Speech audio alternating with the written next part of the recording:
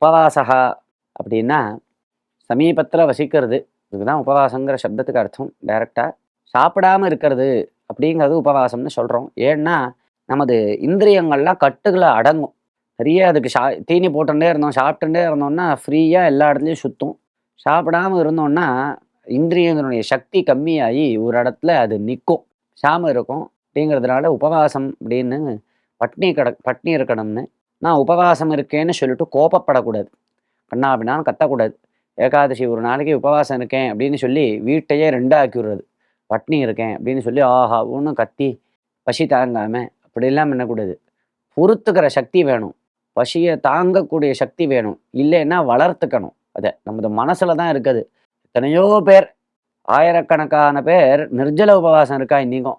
தீர்த்தம் கூட சாப்பிடாம இருக்கா. ஏன்னா அவளுக்கு வயிறு இல்லையா, அவளுக்கு வேலை இல்லையா, எல்லாம் இருக்கு. அவளுக்கு பசிக்காதா? பசிக்கும், கட்டாயம் பசிக்கும். பசிச்சு அந்த பசியை பொறுத்துக்க கூடியதான ஒரு பழக்கத்தை அவ ஏற்படுத்தின்னு இருக்கா, அவ்வளவுதான். நாம் அதை ஏற்படுத்திக்க மாட்டேங்கிறோம். நம்மளாலையும் முடியும், ஆனால் அதை பழக்கப்படுத்திக்க மாட்டேங்கிறோம், அவ்வளவுதான். இப்போ என்ன சயின்ஸை டாக்டர்ஸ் எல்லாம் சொல்கிறா, 15 நாளைக்கு ஒரு தடவை ஃபுல்லாக நீங்கள் ஃபாஸ்டிங் பண்ணுங்கோ, சாப்பிடாம இருங்கோ அப்படின்னு சொல்கிறா. அப்படி இருந்தால் உங்கள் சரீரத்தில் இருக்கக்கூடியதான கெட்ட விஷயங்கள் எல்லாம் வெளியில் போயிடும்.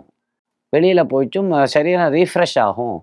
நீங்கள் அழுக்குக்கு மேலே அழுக்க உள்ளே போட்டுண்டே இருக்கேள் சாப்பிட்றேன் பெருவழின்னு, அதனால தான் பல வியாதிகள் வருது அப்படின்லாம் டாக்டர்ஸ் எல்லாம் சொல்கிறான். இதுதான் நம்ம சாஸ்திரங்கள் சொல்லியிருக்க. ஏகாதசியில் 8 வயசுலேருந்து 80 வயசு வரைக்கும் எல்லாரும் ஏகாதசியில் உபவாசம் இருங்கோ அப்படின்னு சாஸ்திரங்கள்லாம் சொல்கிறது. அதை நாம் கேட்டு நடந்துட்டோம்னா ரொம்ப ஸ்ரேயஸ் நம்மளுக்கு.